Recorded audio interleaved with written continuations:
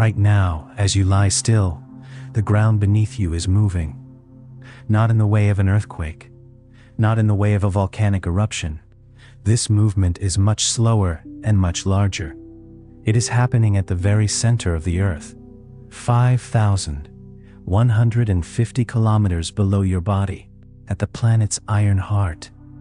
The Earth's inner core is rotating, and it is not rotating at the same speed as the rest of the planet.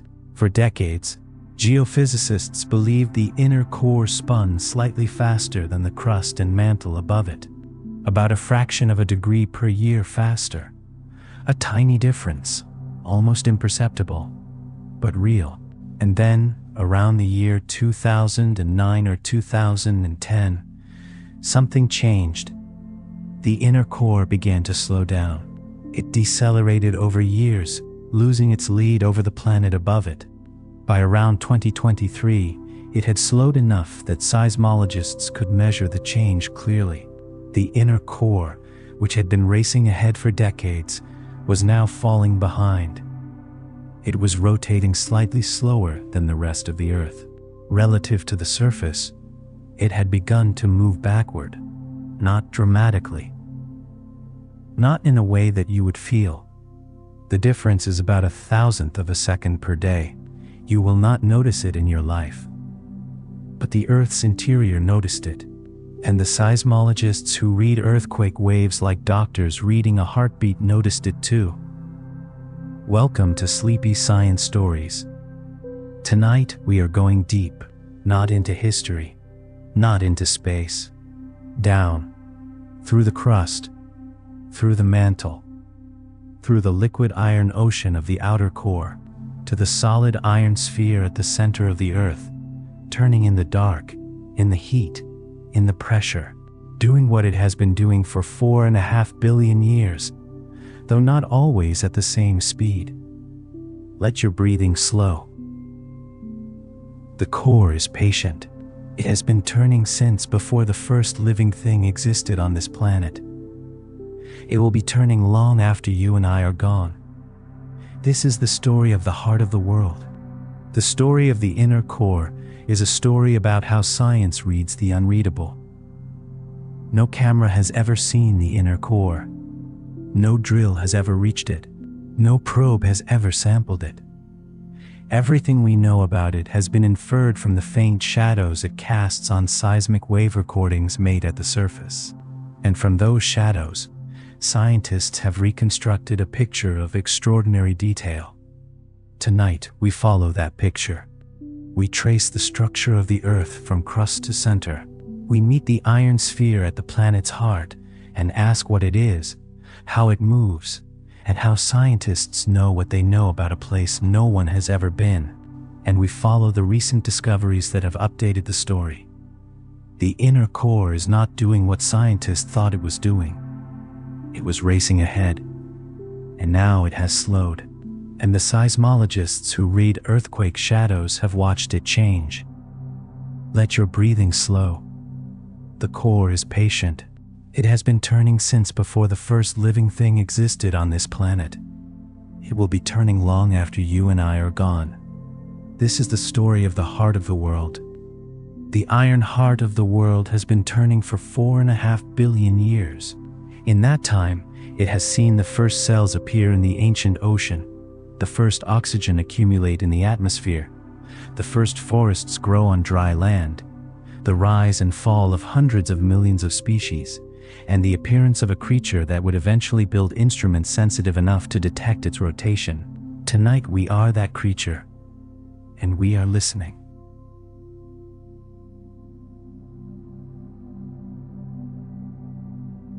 The Earth is not a solid ball. It is a layered system, 4 main layers, nested inside each other like the layers of an onion, each with different physical properties, each playing a different role in the planet's behavior. The outermost layer is the crust. This is where you live. It is the thinnest layer, ranging from about 5 kilometers thick under the oceans to about 70 kilometers thick under the highest mountain ranges. It is made of silicate rock. It is broken into tectonic plates that move slowly across the planet's surface, colliding and separating and generating earthquakes and volcanoes at their boundaries. Below the crust is the mantle. This is the thickest layer, extending about 2,900 kilometers from the base of the crust to the top of the outer core. The mantle is solid rock, but it is hot enough and under enough pressure that over millions of years it flows, very slowly, a few centimeters per year. This slow flow drives the movement of the tectonic plates above it. Below the mantle is the outer core. This is where the physics becomes strange. The outer core is liquid. It is made of iron and nickel, molten at the temperatures and pressures that exist at this depth. The outer core is about 2,260 kilometers thick. It is a vast ocean of liquid metal, constantly churning, driven by temperature differences and the rotation of the planet. And at the center is the inner core. This is what we are talking about tonight.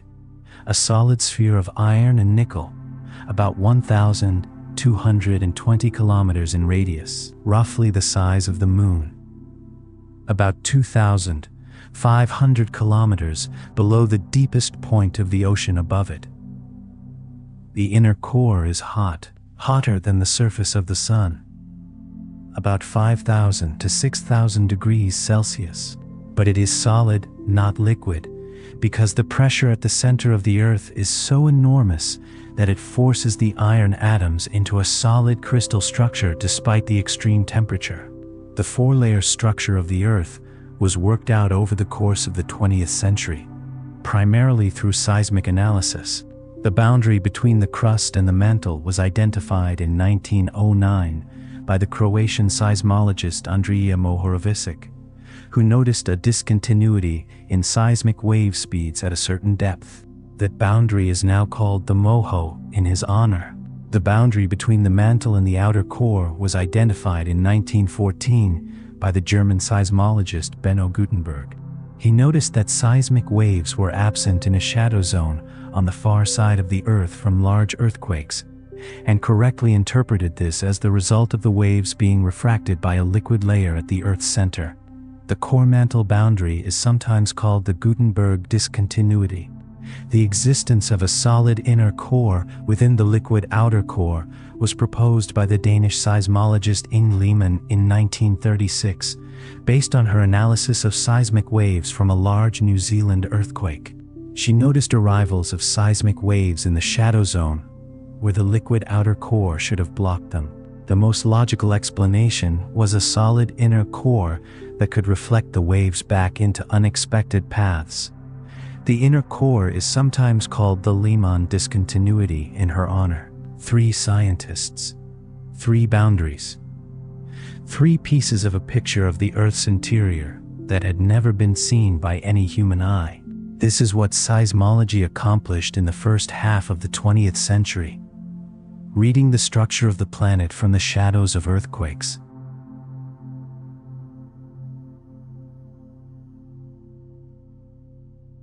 The inner core is one of the most extreme environments on Earth.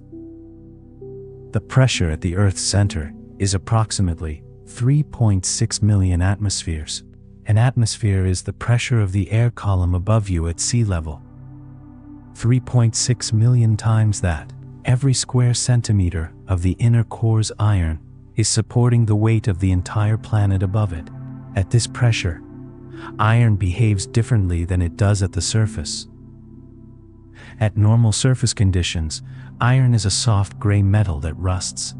At the conditions of the inner core, iron is compressed into a hexagonal crystal structure called hexagonally close-packed iron, or HCP iron. This phase of iron does not exist naturally anywhere on Earth's surface. It can be created briefly in laboratory experiments using enormous diamond anvil presses, but the inner core contains it permanently, across a sphere the size of the moon. The temperature of the inner core is estimated at 5,000 to 6,000 degrees Celsius. The surface of the sun is about 5,500 degrees. The inner core's temperature is comparable to, or slightly hotter than the outer surface of the Sun. And yet it is solid, because at that pressure, even at that temperature, the iron atoms cannot move freely. The thermal energy trying to keep the atoms in liquid disorder is overwhelmed by the pressure trying to keep them in crystalline order. Pressure wins. The core is solid.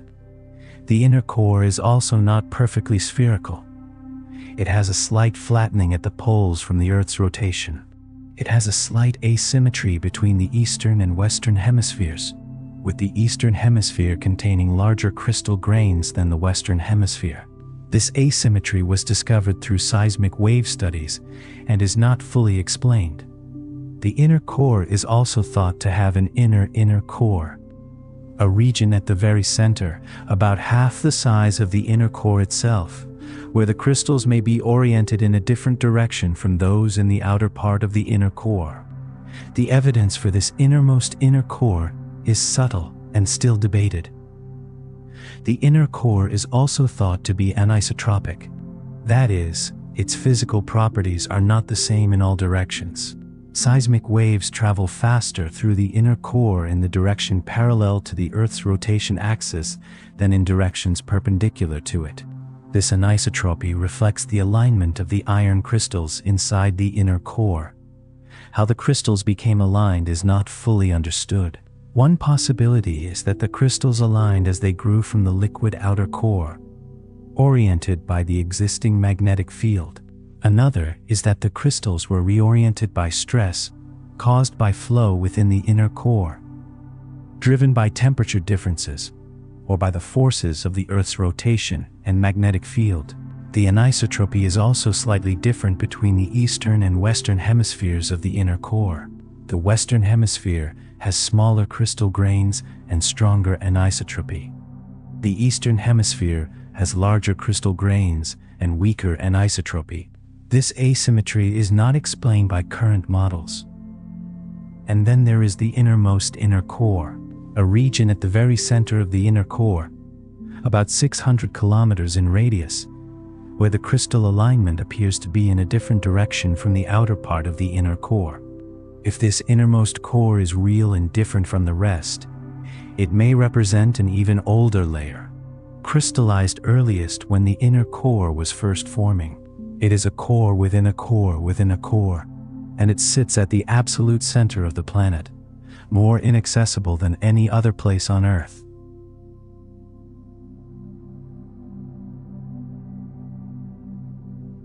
No one has ever visited the Earth's inner core. No drill has ever come close to reaching it. The deepest hole ever drilled, the Kola superdeep borehole in Russia, reached about 12 kilometers. The inner core is more than 5,000 kilometers deeper. Everything we know about the inner core comes from seismic waves.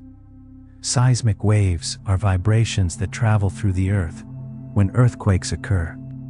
They propagate outward from the earthquake source, bending and reflecting as they encounter boundaries between layers of different material. When they emerge at the surface on the other side of the Earth, they carry information about the structure they passed through. There are two main types of seismic waves that are relevant here. P waves are pressure waves, which compress and expand the material they move through. They can travel through both liquids and solids. Waves are shear waves, which move the material sideways. They can only travel through solids. The fact that S waves cannot travel through the outer core, detected by the absence of S waves in certain seismic shadow zones, is how scientists know the outer core is liquid. The fact that P waves travel slightly faster in certain directions through the inner core than in others is evidence for the crystalline anisotropy of the inner core's iron. The fact that earthquake waves from similar earthquakes, measured at the same stations decades apart, show subtle differences in their travel times is how scientists measure the inner core's rotation. The inner core is one of the least directly accessible places on Earth, and yet seismology has built up a remarkably detailed picture of it, using nothing but the echoes of earthquakes measured at the surface. This is one of the great achievements of observational science. knowing what is inside a planet without ever going there. The use of nuclear test data in inner core research is one of the more unusual examples of scientific serendipity. The nuclear tests of the Cold War were not conducted for scientific purposes. They were conducted for military ones. But their seismic signals, recorded by monitoring stations around the world as part of arms control verification efforts, have proven to be valuable scientific data. Tests conducted at the same site at different times function as doublets. Just like repeating earthquakes, the seismic waves from two nuclear tests at the same location, separated by years, should be identical. Any differences reflect changes in the Earth between the two tests. The French and American and Soviet nuclear test programs, conducted primarily in the 1960s, 70s, and 80s, have provided data points for inner core rotation studies that extend further back in time than the earthquake doublet record.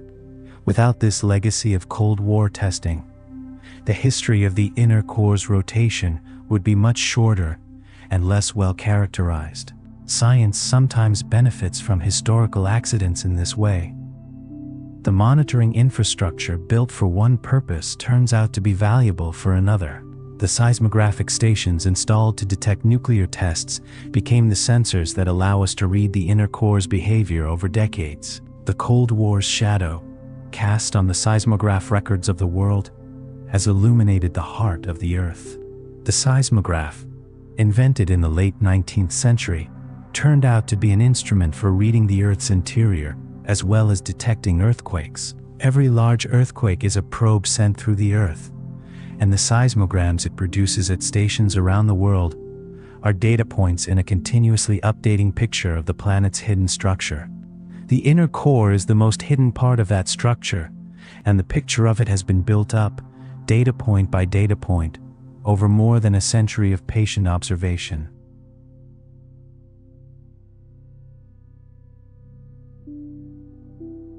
The Earth rotates. This is obvious from the daily rising and setting of the sun. But not all parts of the Earth rotate at exactly the same rate. The solid inner core sits inside the liquid outer core. They are not mechanically locked together. The inner core floats in the liquid iron ocean of the outer core, suspended by electromagnetic forces and the pressure of the liquid around it. There is no solid connection between the inner core and the mantle above. Because of this, the inner core can rotate independently. The idea that the inner core might rotate at a different rate from the rest of the Earth was proposed theoretically in the 1970s and 80s. The electromagnetic forces that drive the Earth's magnetic field, generated by the churning of the liquid outer core, were calculated to be capable of applying a torque to the inner core. The magnetic field lines, threading through the inner core and the outer core, could drag the inner core forward or hold it back relative to the mantle. Seismological evidence for actual differential rotation of the inner core was first published in the 1990s. By comparing the travel times of seismic waves that had passed through the inner core for earthquakes occurring at the same locations decades apart, researchers found subtle differences. The waves were arriving slightly faster or slower than expected. The best explanation was that the inner core had rotated slightly between the two events, changing the angle at which the seismic waves passed through it. The data was noisy. The measurements were difficult. Different research groups got different results. Some said the inner core was rotating faster than the mantle by 1 degree per year. Others said it was more like 1/10 of a degree per year. Some argued the evidence was too weak to conclude anything. The debate continued for decades. And then, in the 2020s, clearer data began to emerge. The first seismological evidence for inner core rotation was published by Xiaodong Song and Paul Richards in the journal Nature in 1996.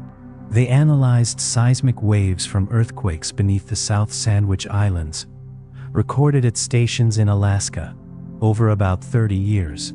The travel times of the waves had changed over that period, and the change was consistent with the inner core having rotated by about 1 degree per year relative to the mantle. This finding was widely reported.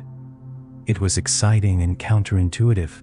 The idea that a sphere the size of the moon at the center of the Earth was spinning independently of the rest of the planet, drifting ahead like a gyroscope in a bowl of oil, caught the imagination. But other scientists who analyzed other datasets got different results. Some found faster rotation rates. Some found slower ones. Some found rotation in the opposite direction. The discrepancies were significant and not easily resolved. The problem was partly methodological. Different datasets sampled different parts of the inner core.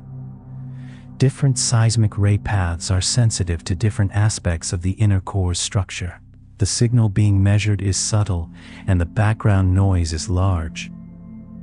The interpretation requires models of the inner core's structure that are themselves uncertain. The decades that followed the 1996 paper were a period of ongoing debate, new data, and refining models. The 2023 and 2024 studies represent the current state of that accumulation. More data, better methods, more convergent results. The picture that emerged from the 1990s through the 2020s is a picture of an inner core that is genuinely doing something different from the rest of the planet. Not dramatically different, but measurably different. And the measurement of that difference has become one of the more remarkable achievements in the history of geophysics. Knowing the rotation rate of an object 5,000 kilometers underground by listening to the shadows of earthquakes.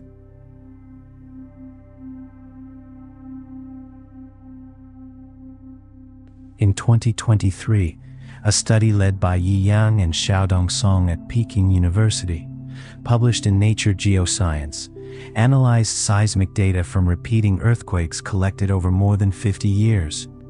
Their conclusion was striking.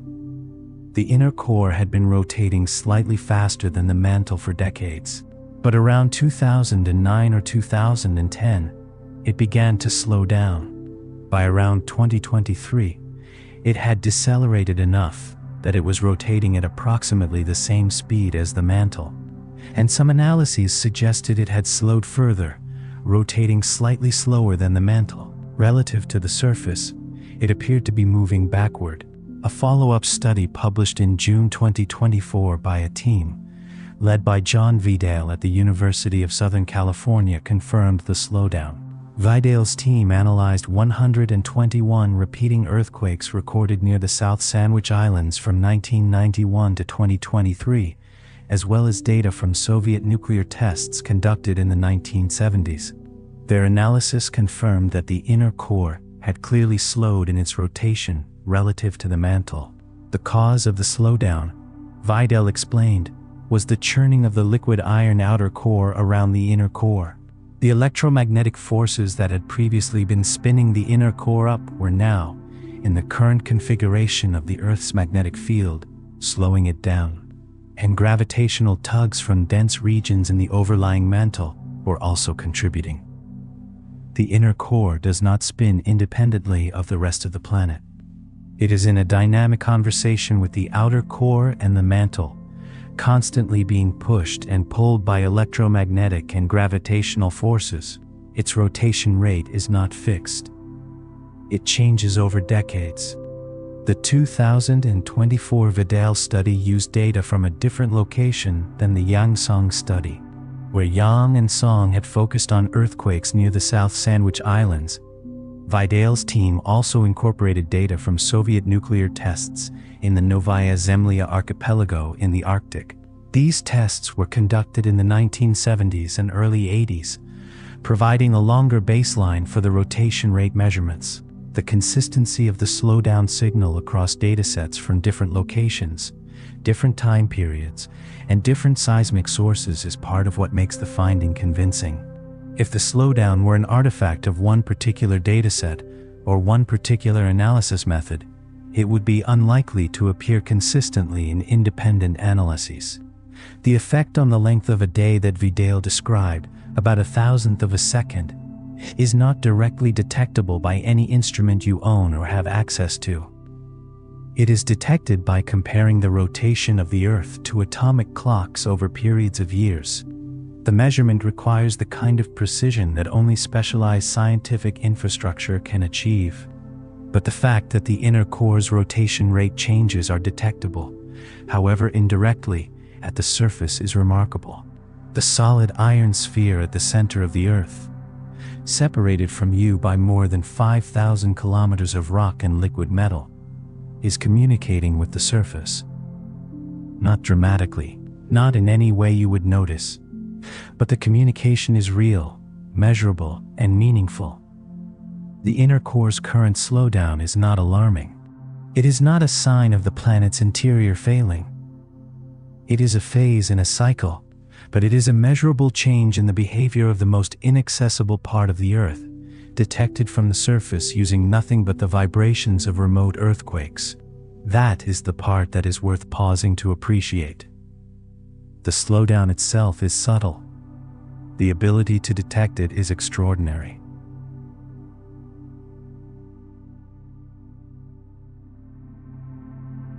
One of the more surprising findings from the recent inner core research is the suggestion that this slowdown is not unusual. The 2023 Yangsong study proposed that the inner core's rotation rate follows a long cycle, approximately 70 years. Over that 70-year period, the inner core accelerates ahead of the mantle, reaches a peak, then decelerates, falls behind, reaches a minimum, then accelerates again. The cycle is driven by changes in the electromagnetic forces coming from the outer core and the gravitational forces from the mantle. Both of these vary over decadal timescales as the liquid outer core circulates, and as density variations in the mantle slowly shift. Together, they push and pull on the inner core in a rhythmic pattern, with a period of roughly 70 years. If this 70-year cycle interpretation is correct, then the current slowdown is not the beginning of something new. It is a phase in a cycle that has been repeating since long before seismologists existed to measure it. The inner core has been through this deceleration phase before. It will accelerate again. The back and forth is part of its normal behavior. The 70-year cycle also has a potential connection to changes measured at Earth's surface. The length of a day, which is determined by the rotation rate of the surface, shows small variations on decadal timescales. These variations, measured by precise atomic clocks and astronomical observations, correlate roughly with what you would expect if the inner core's changing rotation rate were exchanging angular momentum with the mantle through electromagnetic coupling. When the inner core speeds up, it must be taking angular momentum from somewhere. When it slows down, it must be returning it. The transfer of angular momentum between the inner core and the mantle, through the electromagnetic coupling of the outer core, may be one of the causes of the decade-scale variations in the length of a day. Your day is fractionally longer or shorter depending on what the inner core is doing. The 70-year cycle hypothesis would, if correct, mean that the inner core was in a similar deceleration phase around the 1950s and early 1960s. Seismic data from that period is sparse, since modern seismic monitoring networks were only beginning to develop. But some of the available data, including records from nuclear tests, is consistent with the inner core having been through a similar slowdown at that time. This historical perspective changes how the current slowdown should be interpreted. It is not a crisis. It is not a sign of something going wrong with the planet's interior. It is a regular oscillation in the coupled system of the inner core and the outer core, driven by the same electromagnetic and gravitational forces that have been operating for billions of years.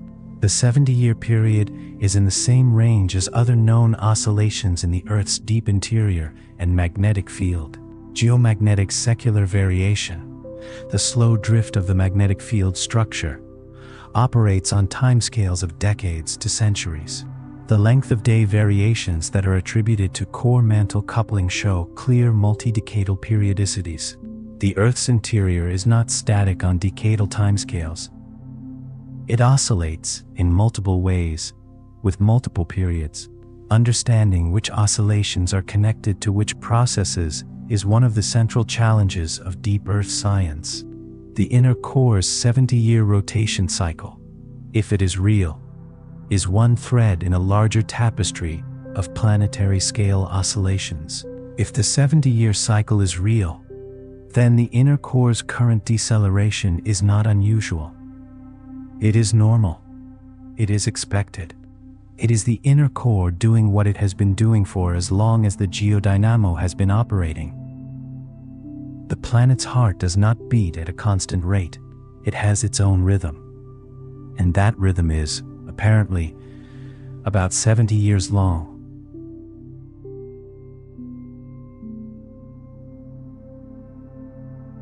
The inner core, the outer core, and the Earth's magnetic field are deeply connected. The Earth's magnetic field is generated by the Geodynamo, the circulation of the liquid iron outer core. As the liquid iron moves through the existing magnetic field, it generates electric currents. Those currents generate magnetic fields. The magnetic fields drive more currents. The process sustains itself, maintaining the Earth's magnetic field against the natural tendency it would otherwise have to decay. The Geodynamo is what produces the planet's protective magnetic field, the field that deflects solar wind particles, that makes compasses point north, that guides birds and turtles across oceanic distances. The inner core is embedded in the outer core. The magnetic field lines of the Geodynamo thread through the inner core, as well as the outer core and the mantle. The inner core's crystal structure is aligned, partially, with the magnetic field. The solid iron crystals in the inner core are oriented by the magnetic field they grew in. This means that changes in the Geodynamo affect the inner core, and changes in the inner core affect the Geodynamo. They are not separate systems. They are coupled. The electromagnetic forces that are currently slowing the inner core's rotation are coming from the outer core's circulation. The outer core's circulation is what maintains the Geodynamo. When scientists talk about the inner core's changing rotation rate, they are talking about a symptom of something larger. They are observing the interaction between the solid iron heart of the planet and the liquid iron dynamo that surrounds it. The slowdown is not just the inner core doing something unusual. It is the inner core and the outer core talking to each other, in the language of electromagnetic force, in a conversation that has been going on for 4.5 billion years. The connection between the inner core and the magnetic field has a temporal dimension that is worth dwelling on. The magnetic field is not just a static shield, it changes. Over geological time, it reverses. The north magnetic pole becomes the south and vice versa, and then reverses back. These reversals have happened hundreds of times in Earth's history, leaving a record in the magnetism of ancient rocks. The last reversal was about 780,000 years ago. During a reversal, the field weakens, becomes chaotic and multipolar, and then rebuilds in the opposite orientation. The process takes thousands of years. During this period, the magnetic shield that protects the surface from solar wind particles is weakened, potentially affecting atmospheric chemistry and biological processes. The inner core's role in reversals is debated. Some models suggest that changes in the inner core's growth pattern, driven by asymmetric crystallization between the two hemispheres, could destabilize the Geodynamo and contribute to a reversal. Others suggest the inner core tends to stabilize the field, making reversals less frequent than they would be without it. The inner core is young by geological standards. It began crystallizing from the liquid core approximately 500 million to 1 billion years ago, when the Earth's interior had cooled enough. Before the inner core existed, the Geodynamo operated differently. The magnetic field's character may have been fundamentally different in the early Earth, before the solid inner core provided its stabilizing electromagnetic influence. The connection between the inner core and the magnetic field is one of the most important and least discussed features of the Earth's interior. We tend to think of the magnetic field as a given, a background feature of the planet's environment.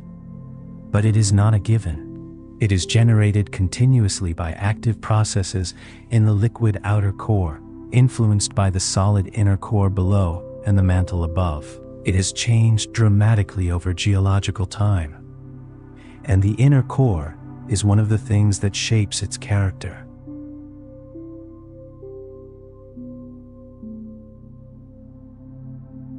The technique that allowed scientists to detect the inner core's changing rotation rate is elegant in its indirectness. Two earthquakes that occur at nearly the same location, with the same fault mechanism, separated by years or decades, will generate nearly identical seismic waves. They will travel the same paths through the Earth. They will arrive at the same seismic stations with nearly identical waveforms. These are called earthquake doublets, or repeating earthquakes. If the Earth were perfectly static, the waveforms from two such earthquakes would be truly identical. But the Earth is not static. The inner core is rotating. If it has rotated between the first earthquake and the second, the seismic waves that pass through the inner core will encounter the inner core's crystals at a slightly different angle. Because the inner core's crystals are not oriented the same in all directions, the travel time of the waves changes slightly. By measuring exactly how the waveforms differ between the first earthquake and the second, scientists can infer how much the inner core has rotated. The measurement requires incredibly precise comparison of waveforms. The differences involved are fractions of a second in travel time. The angular change in the inner core's rotation inferred from these differences is fractions of a degree per year. The same technique has been applied to seismic waves from nuclear weapons tests. During the Cold War, the United States and Soviet Union conducted numerous nuclear tests. The seismic waves from these tests were recorded by stations around the world. The tests that were repeated at the same location at different times provide doublet data, exactly like repeating earthquakes. The data from Soviet nuclear tests conducted in the 1970s and early 80s have been used as data points in studies of the inner core's rotation history. The inner core's rotation rate has been reconstructed from the accumulated seismic record of 5 decades of earthquakes and weapons tests. Science has found a way to use the entire history of Earth's seismic events as an instrument for measuring a sphere of iron at the planet's center. Earthquake doublets are rare. Most earthquakes do not occur at exactly the same location as a previous earthquake, and even when they do, the waveforms may not be similar enough to be useful as doublets if the fault geometry was slightly different. The South Sandwich Islands produce unusually reliable doublets because of the particular geometry of the subduction zone there. The same patches of fault surface slip repeatedly in a consistent pattern, generating earthquakes that are genuinely similar in both location and mechanism. This makes the South Sandwich Islands an exceptionally valuable seismic laboratory for inner core studies. The path from the South Sandwich Islands to Alaska is also particularly useful. Seismic waves traveling this path pass through the inner core at an angle that is sensitive to its anisotropy. Small changes in the inner core's orientation along this path produce detectable changes in the travel time of the waves. Other paths through the inner core are less sensitive to rotation because they sample regions where the anisotropy is weaker. The combination of reliable doublets at the source and a sensitive path through the inner core is what makes the South Sandwich Islands to Alaska corridor one of the most productive in inner core research.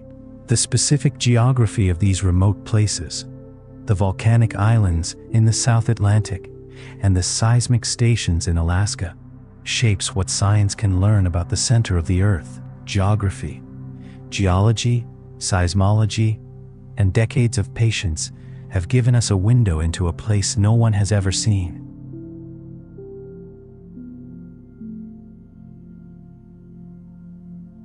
The Earth's interior is hot, not just warm, not just geothermally active in the sense of hot springs and geysers. Genuinely, enormously hot. The temperature at the Earth's center is approximately 5,000 to 6,000 degrees Celsius. The temperature at the top of the mantle is about 1,200 degrees Celsius. The temperature at the core mantle boundary, 5,000 kilometers down, is approximately 3,700 degrees Celsius. Where does this heat come from? Two main sources. The first is primordial heat, the heat left over from the formation of the Earth 4.5 billion years ago.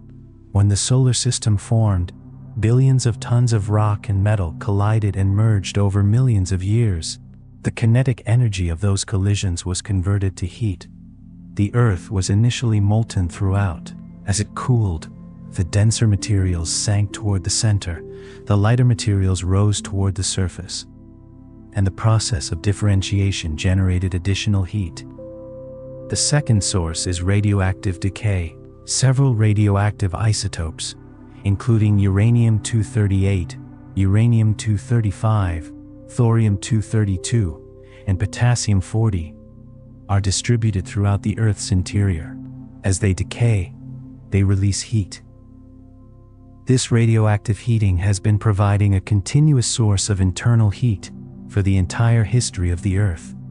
The inner core is growing. As the Earth slowly cools, the boundary between the inner core and the outer core advances outward. The liquid iron at the base of the outer core gradually freezes onto the surface of the inner core, adding to its volume. This freezing releases heat, which drives circulation in the outer core, which maintains the geodynamo, which maintains the magnetic field.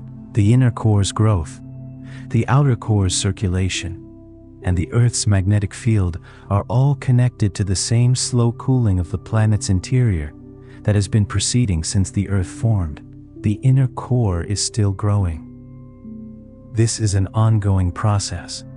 As the Earth slowly cools from the outside in, the temperature at the core mantle boundary decreases slowly over millions of years. As that temperature decreases, the outer core's iron gradually falls below the melting point at the core mantle boundary pressure and crystallizes onto the inner core's surface. The rate of inner core growth is slow. Estimates suggest the inner core grows by about 1 millimeter per year on average. Over the 4.5 billion years of Earth's history, this growth has produced an inner core with a radius of about 1,220 kilometers. The growth has not been constant or uniform, and the history of the inner core's size is connected to the thermal evolution of the Earth as a whole. The solidification of liquid iron onto the inner core releases latent heat. This heat drives circulation in the outer core, which maintains the geodynamo. The inner core's growth is therefore one of the primary energy sources that keeps the magnetic field going. When the inner core was smaller, or before it existed, the geodynamo was powered mainly by the cooling of the outer core itself and by chemical buoyancy as lighter elements were expelled from the solidifying iron during inner core growth. As the inner core has grown, its contribution to powering the geodynamo has become more significant. The inner core, growing slowly in the dark, is doing work, releasing heat, driving convection, maintaining the magnetic field. The most inaccessible part of the planet is one of its most important engines. The Earth is an engine powered by its own internal heat. The tectonic plates move. The volcanoes erupt. The mantle circulates. The outer core churns and generates the magnetic field. All of this activity is ultimately driven by the heat that has been inside the planet since its formation, and that continues to be supplemented by radioactive decay. The inner core sits at the center of this engine, growing slowly, releasing heat, driving the circulation that maintains the magnetic field. It is not passive, it is working.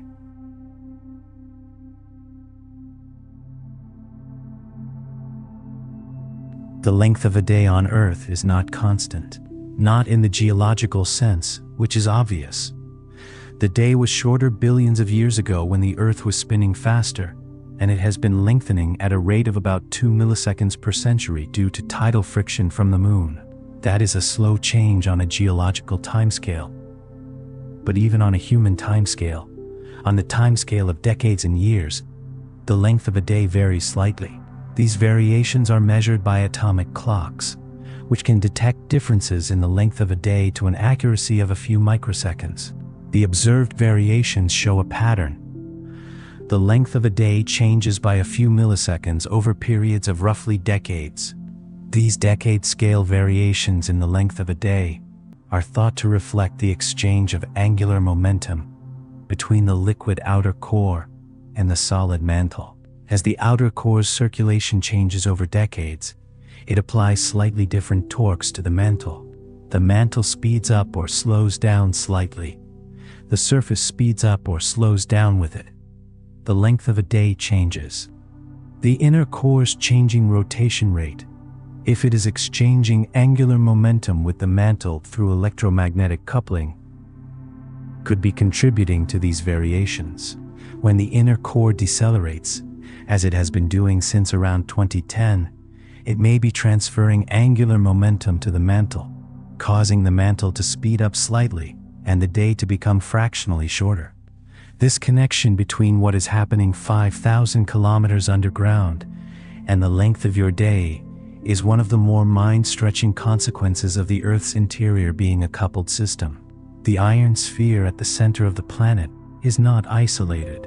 It is in communication with the surface, through the liquid outer core, through the mantle, through the magnetic field. What it does matters. Not much. The change in the length of a day from inner core effects is estimated to be about 1,000th of a second. You will not notice it. But it is real. The precise measurement of the Earth's rotation rate is one of the most demanding metrological achievements of modern science. The technique involves comparing the rotation of the Earth against the most stable available clocks. For decades, the reference was astronomical. The positions of stars measured against atomic clocks. More recently, a technique called Very Long Baseline Interferometry, or VLBI, uses radio telescopes at different locations to measure the positions of distant quasars with extraordinary precision. By tracking how the angles between quasars change as the Earth rotates, the rotation rate can be measured to within a few microseconds per day. The International Earth Rotation and Reference Systems Service coordinates these measurements and publishes corrections to Coordinated Universal Time that account for the Earth's variable rotation. These corrections include both the slow, predictable lengthening of the day due to lunar tidal friction and the irregular, decade-scale variations that reflect changes in the Earth's interior.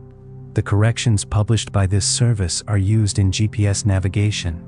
The GPS system requires knowing the Earth's rotation rate precisely to translate between satellite positions and positions on the surface. When the Earth's rotation rate changes, the corrections change. The variations in the Earth's rotation, driven in part by what is happening in the iron core 5,000 kilometers below, have a small but real effect on the precision of your navigation. The Earth's interior and your smartphone are connected. The inner core's deceleration and the angular momentum exchange between core and mantle that it drives changes the corrections applied to GPS. The iron heart of the world touches your daily life in ways you do not usually think about.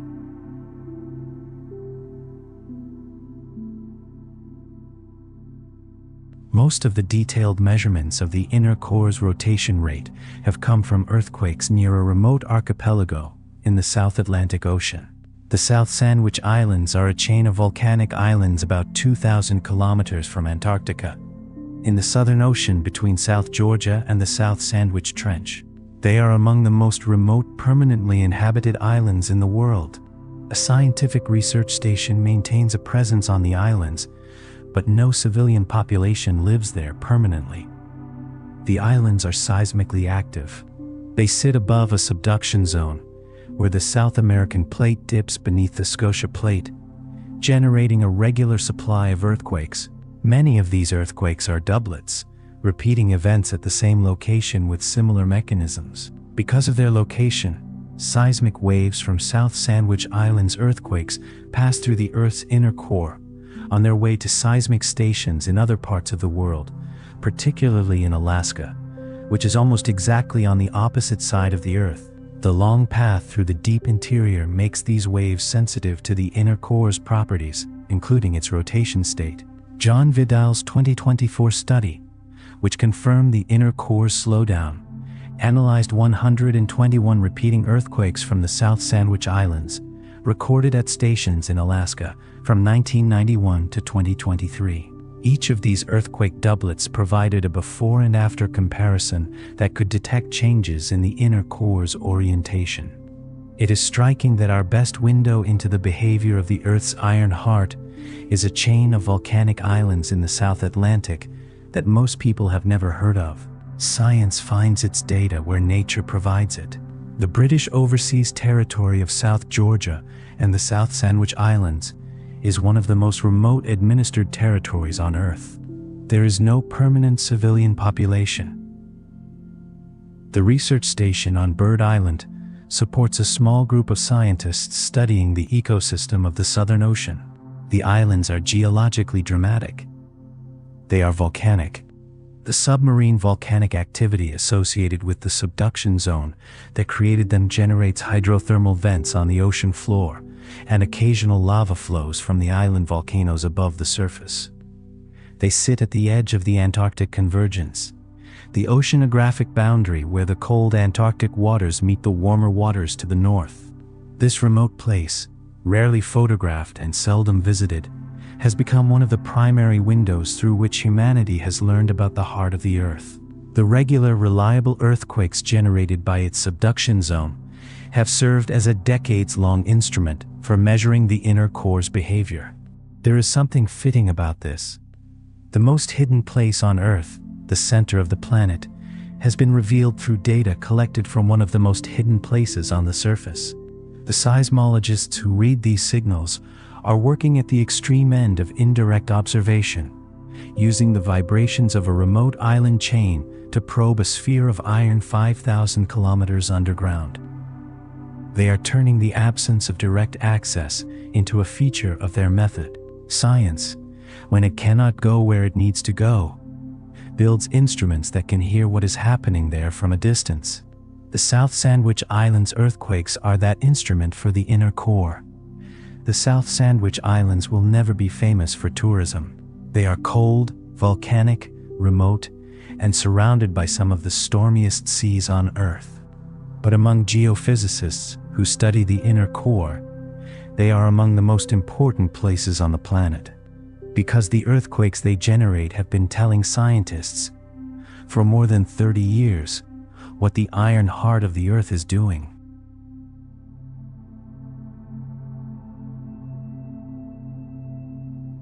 The inner core rotation question is not settled science. The basic finding that the inner core rotates at a different rate from the mantle, and that this rate changes over time, is now supported by multiple independent studies using different datasets and different methods. The broad outline is probably correct, but many details remain contested. The exact rate of the inner core's previous faster-than-mantle rotation is disputed. Estimates from different studies range from a small fraction of a degree per year to about 1 degree per year. The exact timing of the slowdown is uncertain. Whether the inner core has actually reversed direction, rotating slower than the mantle, or merely slowed to match the mantle's speed, is debated. There is also debate about the interpretation of the seismic data itself. The differences in waveforms between earthquake doublets that are attributed to inner core rotation could potentially be explained by other processes. Changes in the source properties of the repeating earthquakes, changes in the properties of the crust along the wave paths, subtle differences in the seismic station's instruments. The scientists who work on this problem are careful to acknowledge these uncertainties. The inner core is not directly observable. Everything inferred about it is inferred from data that passed through 5,000 kilometers of material to get to the surface. The interpretations require assumptions that may not all be correct.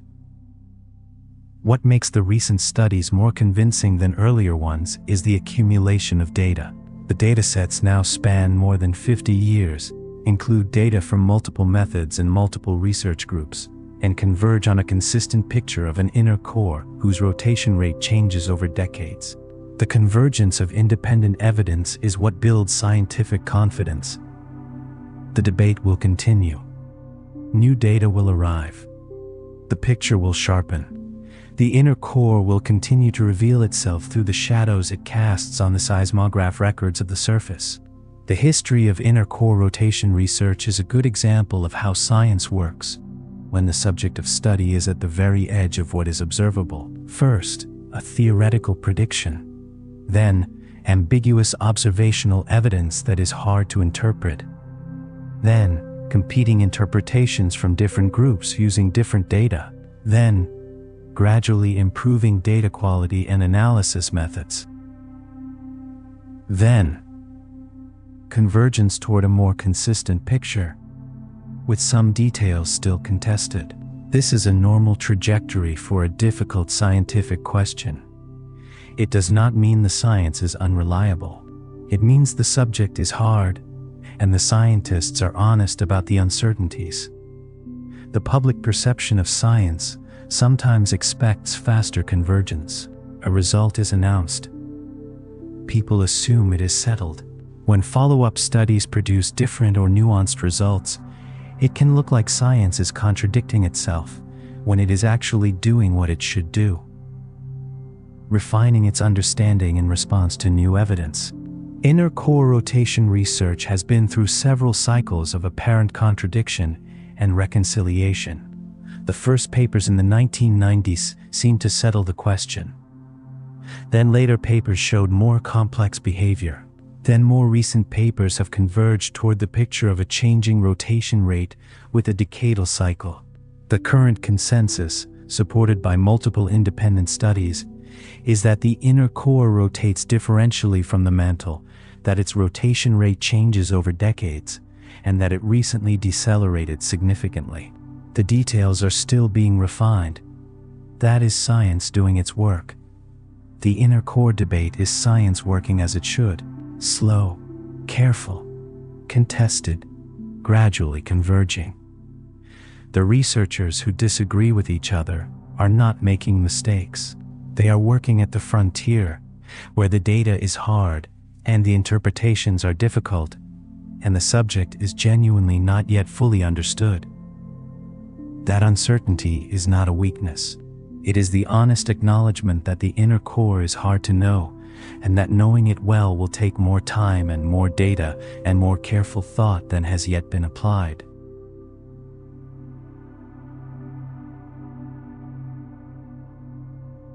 The Earth's magnetic poles move. This is not a new discovery. Navigators have known for centuries that the magnetic pole is not in the same place as the geographic pole, and they have known for decades that the magnetic pole moves. The North Magnetic Pole, which is what compasses point toward, has been drifting northward toward and across the Arctic at varying rates for as long as it has been precisely tracked. In recent decades, the drift has accelerated. The North Magnetic Pole was moving at about 15 kilometers per year in the 1980s. By the 2010s, it was moving at about 55 kilometers per year. It has been crossing the Arctic Ocean and moving toward Siberia. This acceleration required the World Magnetic Model, the global model that guides GPS and navigation systems, to be updated ahead of schedule. The movement of the magnetic poles reflects changes in the geodynamo, the circulation of the liquid outer core. As the outer core's circulation patterns shift, the structure of the magnetic field shifts with them. The inner core's changing rotation rate is connected to these changes in the geodynamo. The electromagnetic coupling between the inner core and the outer core means that changes in one affect the other. Whether the inner core's current deceleration is driving the pole's recent rapid movement, or whether both are responding to the same underlying changes in the outer core's circulation, is not clearly established. What is clear is that the Earth's magnetic field is a dynamic system. It changes on timescales ranging from seconds to millions of years. It has reversed completely north to south and south to north, many times in Earth's history, with the last reversal occurring about 780,000 years ago. The inner core, the outer core, and the magnetic field are all parts of the same planetary system, changing together over geological time. The rapid movement of the North Magnetic Pole in recent decades has had practical consequences beyond navigation corrections. The aurora borealis, the northern lights, is produced when solar wind particles follow magnetic field lines down into the atmosphere near the poles. As the magnetic pole has moved toward Siberia, the auroral zone has shifted. People in parts of northern Europe have lost some aurora visibility. People in parts of Russia and Siberia have gained it. Animals that navigate by the magnetic field, including many migratory birds, sea turtles, and some fish, may be affected by the pole's movement. Studies have found that some bird species update their magnetic navigation maps during migration. How well they adapt to rapid pole movement is an active research question. The magnetic field's current changes are not alarming on geological timescales. The field has been much weaker and much more variable in the past. There have been periods when the field was stronger than today and periods when it was weaker. The current period is within the normal range of variation observed in the geological record, but understanding the current changes and connecting them to the dynamics of the inner core and the geodynamo is scientifically important. It contributes to the ability to predict how the field might change in the future. And predicting the field's behavior matters because the field matters. For life, for navigation, for atmospheric chemistry, for satellite operations. The inner core's behavior, translated through the geodynamo, affects the planet's surface in ways that science is still working to fully understand. The magnetic pole's rapid movement in recent decades is the most visible surface expression of the changes happening in the Earth's interior. It has been moving fast enough to require updates to navigation systems and has shifted the auroral zones perceptibly over human timescales. The inner core's changing rotation, the outer core's changing circulation, and the magnetic pole's drift are all manifestations of the same dynamic system, running in the dark beneath the surface, shaping the environment above it.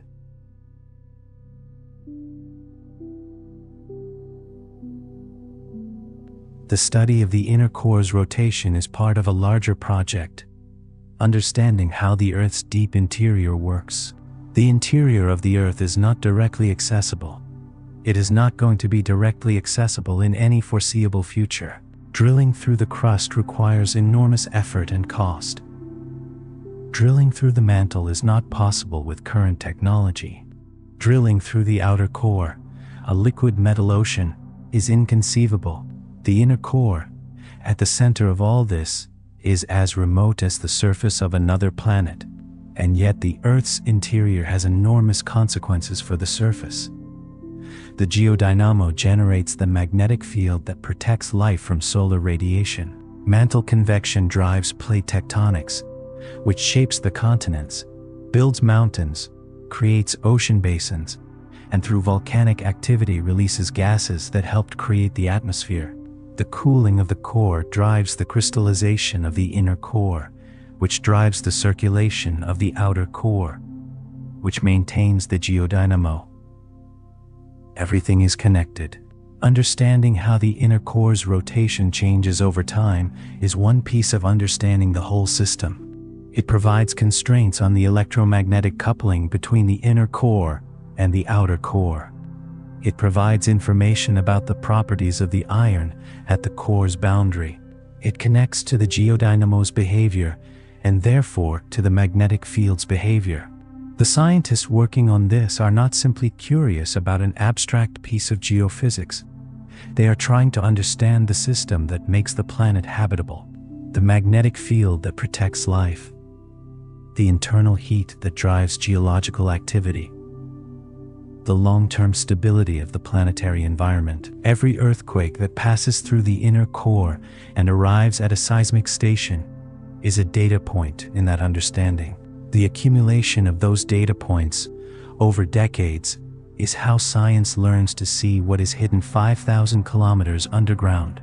The practical importance of understanding the Earth's interior extends beyond the magnetic field. Plate tectonics, driven by mantle convection, determines where earthquakes and volcanoes occur. Understanding the convection patterns in the mantle requires understanding the heat sources driving that convection, which include the heat flowing out of the core. The core's thermal evolution over time is connected to the timing and character of plate tectonic activity over Earth's history. The habitability of the Earth's surface depends on the stability of the climate over geological time.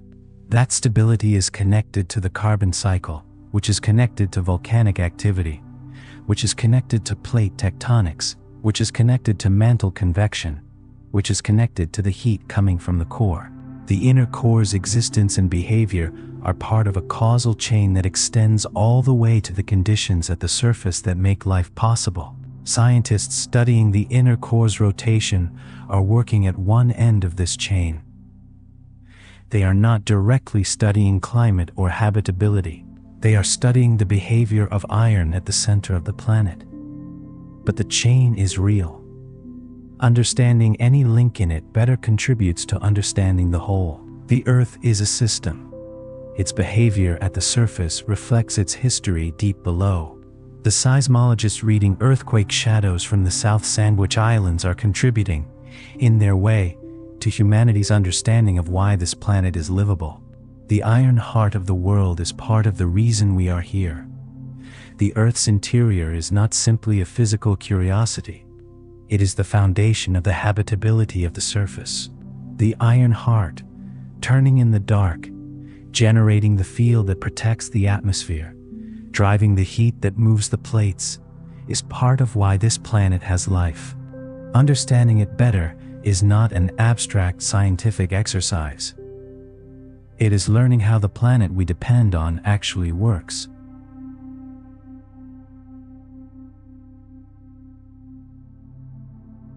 Lie still for a moment. The ground beneath you is not just rock.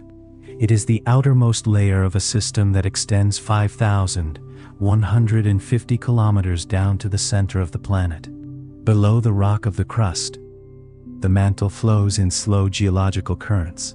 Below the mantle, the liquid iron ocean of the outer core churns, generating the magnetic field that protects the atmosphere above.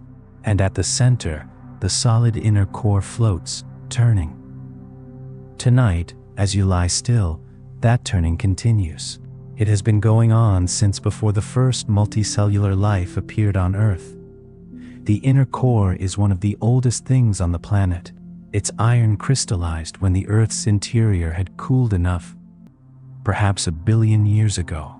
Since that crystallization began, the inner core has been growing, releasing heat, driving the convection of the outer core, maintaining the magnetic field, and turning, always turning.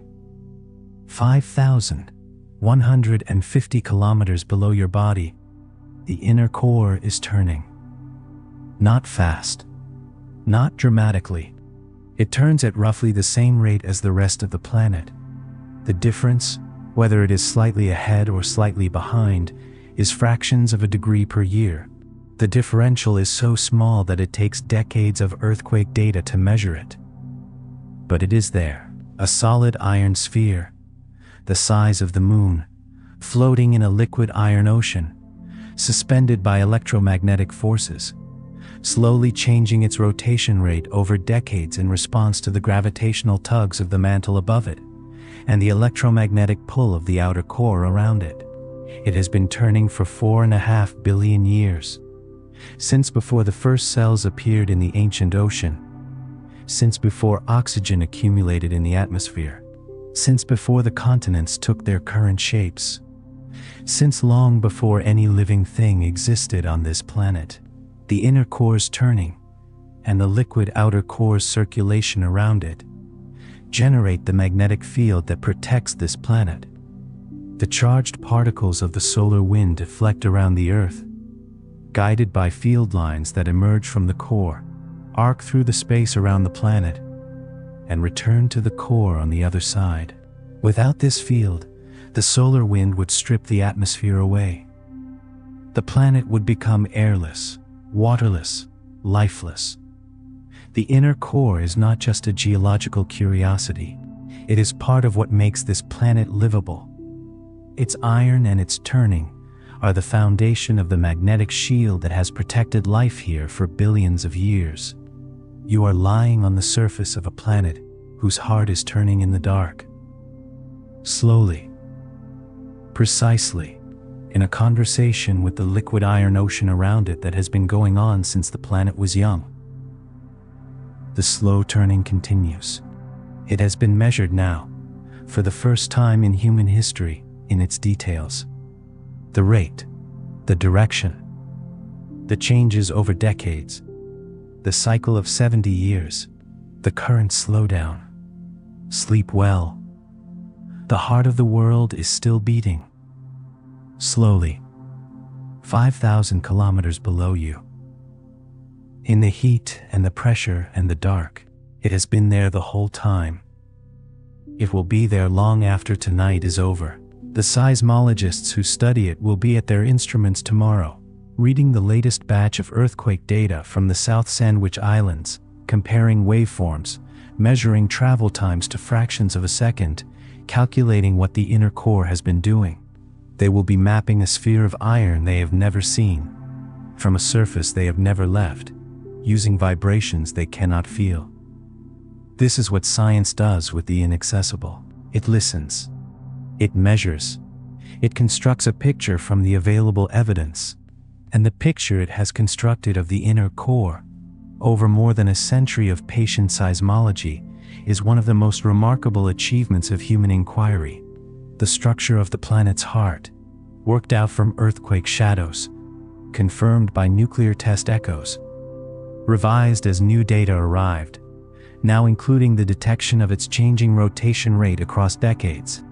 The iron heart of the world, turning in the dark, generating the field that makes the planet livable, connected to the surface by electromagnetic forces and the transfer of angular momentum through 5,000 kilometers of rock and liquid metal, making your day fractionally longer or shorter as its rotation rate changes. You are on the surface of this system. The system extends down beneath you without interruption. The turning of the core is happening right now, as you breathe, as the night moves, as the instruments in Alaska and the seismic stations around the world continue their patient recording. It has been happening since before you were born. It will be happening long after you are gone. And tonight, in the dark, it continues. The heart of the world is still beating.